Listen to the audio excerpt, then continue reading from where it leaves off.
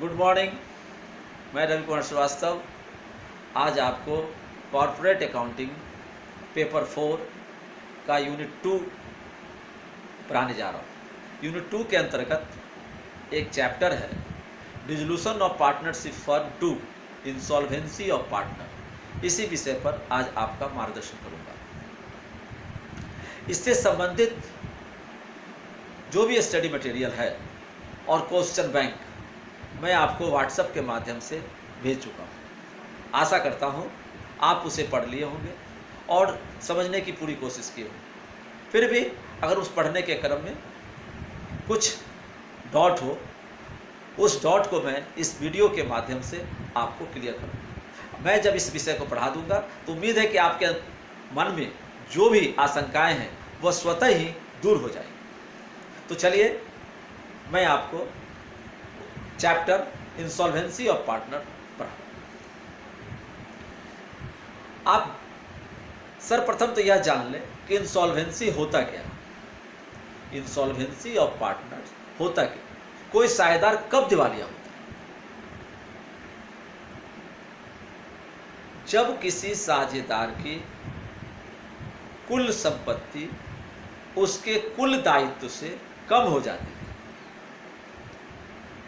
तो ऐसे साझेदार को हम दिवालिया कहते हैं। दूसरे शब्द में यूँ कह सकते हैं कि जब कोई साझेदार अपनी संपूर्ण दायित्व का भुगतान अपनी संपत्ति यहाँ तक कि निजी संपत्ति को बेचकर भी पूरा नहीं कर सकता है तो ऐसे साझेदार को हम दिवालिया कहते हैं। दिवालिया के अवस्था में पार्टनरशिप फर्म भंग हो जाती है, समाप्त हो जाती है। इसकी परिभाषा पार्टनरशिप एक्ट 1932 की धारा 42 में दी गई है। इसमें यह बताया गया है कि जब कोई साझेदार दिवालिया हो जाता है तो फर्म स्वतः ही समाप्त हो जाता है। फर्म के समाप्ति का मतलब है कि फर्म की कोई भी कार्यवाही अब नहीं होगी। फर्म के सारे खातों को बंद कर दिया जाएगा। अब प्रश्न यह उठता है कि जो साझेदार दिवालिया हो गया उसकी पूंजी की कमी को क्या किया जाए? तो जो साझेदार दिवालिया हुआ उसके पूंजी की कमी को जो बचे हुए साझेदार हैं अर्थात जो सॉल्वेंट साझेदार हैं उसकी कमी को आपस में बांटेंगे।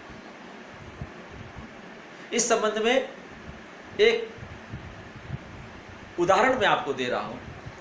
इंग्लैंड में एक साझेदारी फर्म थी जिसमें 3 पार्टनर थे, गार्डनर, मर्रे और विल्किंस। ये बहुत ही नामी फर्म, प्रसिद्ध फर्म थी इंग्लैंड। किसी कारण से विल्किंस दिवालिया हो गया। विल्किंस दिवालिया हो गया। 30 जून 1900 न्यायालय के आदेश पर उस साझेदारी फर्म को भंग कर दिया। आप यह जान लें कि 1903 के पहले जो साझेदार दिवालिया होते थे उस दिवालिया साझेदार की पूंजी की कमी को लाभ हानि के अनुपात में बचे हुए साझेदार आपस में बांटते थे। परंतु गार्डनर वर्सेस मर्रे मुकदमे के न्यायाधीश जस्टिस जॉयस ने 1903 में जो निर्णय दिया वह एक ऐतिहासिक निर्णय साबित हुआ। उन्होंने यह बतलाया कि यदि कोई साझेदार दिवालिया हो जाता है तो दिवालिया साझेदार की पूंजी की कमी को बचे हुए साझेदार अर्थात सॉल्वेंट पार्टनर पूंजी के अनुपात में बांटेंगे। पूंजी के अनुपात में इंसॉल्वेंट पार्टनर के कैपिटल डिफिशियंसी को बांटेंगे। और यह ऐतिहासिक निर्णय मील का पत्थर साबित हुआ। 30 जून 1900 का जो बैलेंस शीट बनाया गया, 30 जून 1900 को जो बैलेंस शीट बनाया गया गार्डनर, मर्रे, विल्किंस का, उसके एसेट्स भाग में विल्किंस का कैपिटल डेबिट बैलेंस था जो कि 263 पाउंड बतला रहा। उसी बैलेंस शीट में लॉस ऑन रियलाइजेशन 635 पाउंड का था। विल्किंस अपने कैपिटल की डेबिट बैलेंस और रियलाइजेशन के लॉस में अपने हिस्सा को मिलाकर के लाने की स्थिति में नहीं था, इस कारण वो दिवालिया हो गया। और उसकी कमी को गार्नर और मर्रे बांटने के लिए तो सहमत थे, लेकिन बांटने के आधार को लेकर के सहमत नहीं थे। और इसी का मार्गदर्शन गार्नर वर्सेस मर्रे मुकदमे में सन 1930 में जस्टिस जॉयस ने दिया। वो निर्णय का सारांश इस प्रकार: पहला, जस्टिस जॉयस ने बतलाया कि रियलाइजेशन अकाउंट की हानि को सभी साझेदार अपने लाभ हानि के अनुपात में बांटेंगे। दूसरा उन्होंने महत्वपूर्ण निर्णय, ध्यान से सुनेंगे, उन्होंने बतलाया कि जो साझेदार दिवालिया हो गया है उसके कैपिटल डिफिशिएंसी को बचे हुए साझेदार अर्थात सॉल्वेंट पार्टनर अपनी पूंजी के अनुपात में बांटेंगे। है ना ऐतिहासिक फैसला। अब आप सोचेंगे कि सर ठीक है, पूंजी के आधार बांटेंगे तो सहमत हो गए, लेकिन पूंजी तो दो प्रकार का होता है सर, कैपिटल और फ्लक्चुएटिंग। सर तब कैसे बांटेंगे?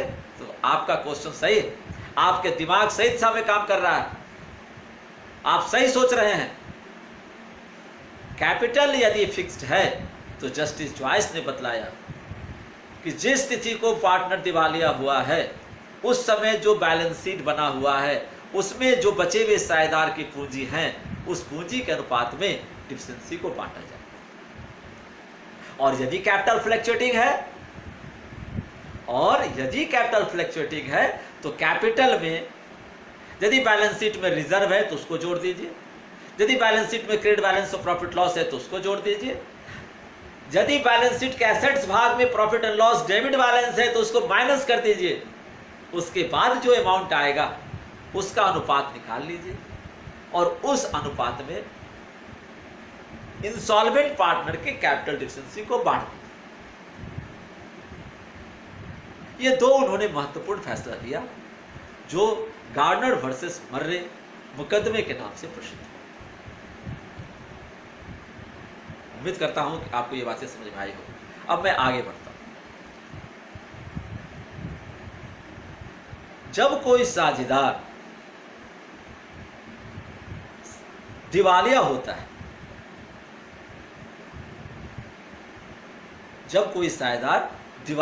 है, तो उसकी कैपिटल डिफिशिएंसी को बचे हुए साझेदार आपस में बांटते हैं। यहां तक तो आप सहमत हो?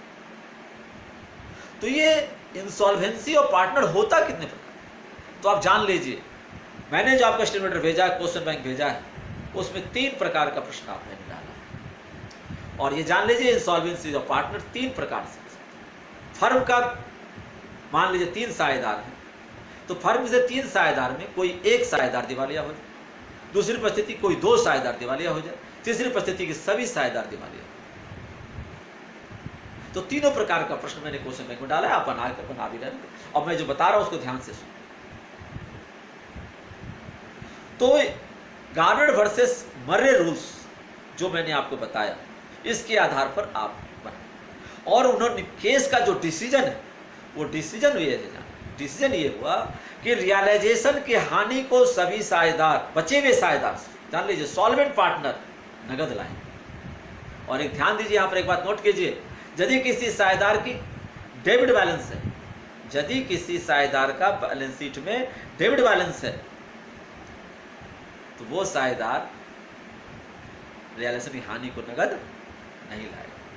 जबकि वो साझेदार दिवालिया नहीं है, बचा हुआ है, सॉल्वेंट है, उसका कैपिटल डेबिट बैलेंस दिखला रहा है, तो वो साझेदार रियलाइजेशन की हानि को नगद।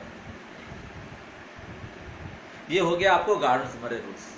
परंतु भारतवर्ष में इंडियन प्रैक्टिस, जो इंडियन रूल्स है, यदि हम उसके आधार पर देखें जिसमें सारी व्यवस्थाएं उसी प्रकार है जो गार्नर मर्रे के रूल्स के। परंतु एक चेंजेज है।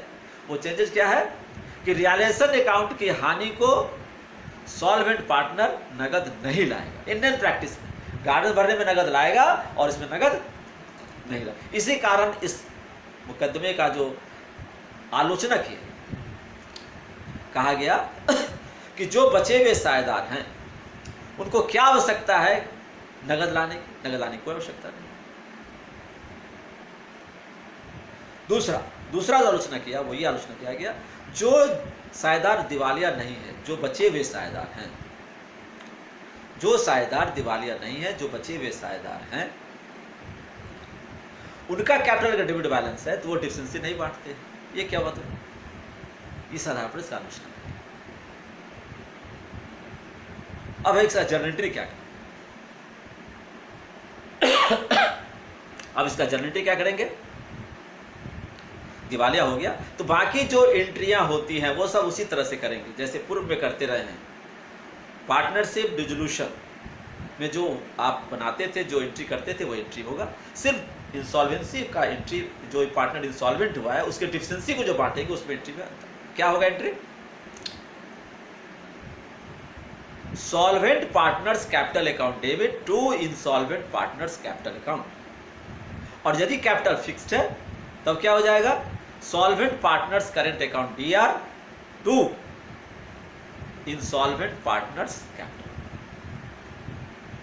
ठीक है, बाकी जैसे बनता है सारा उसी तरह से लेजर खोलते हैं, रियलाइजेशन अकाउंट बनाएंगे, दूसरा पार्टनर्स कैपिटल अकाउंट बनाएंगे, यदि पार्टनर का लोन है तो पार्टनर्स लोन अकाउंट ही बना देंगे, और कैश या बैंक। आ रही बात समझ में? मैं समझता हूं कि मैंने जो अपना व्याख्यान दिया आप सबों के मन में जो भी डाउट होगा वो क्लियर हो गया होगा। फिर भी अगर आपके मन में कोई डाउट हो गया हो तो आप व्हाट्सएप के माध्यम से, ईमेल के माध्यम से, फोन, टेलीफोन के द्वारा आप हमसे संपर्क करें, मैं उसको बतलाऊँ। मैं ये सारे स्टडी मटेरियल और क्वेश्चन बैंक जो आपको भेजा है मैंने रजिस्ट्रार को भी भेज दिया, विश्वविद्यालय के रजिस्ट्रार को भेज दिया, उनके पास ही मेरा ये रिकॉर्ड है। अब आप इसको अध्ययन करें, सवाल बनाएं, समस्या होने पर आप हमसे संपर्क करें। ठीक है, धन्यवाद।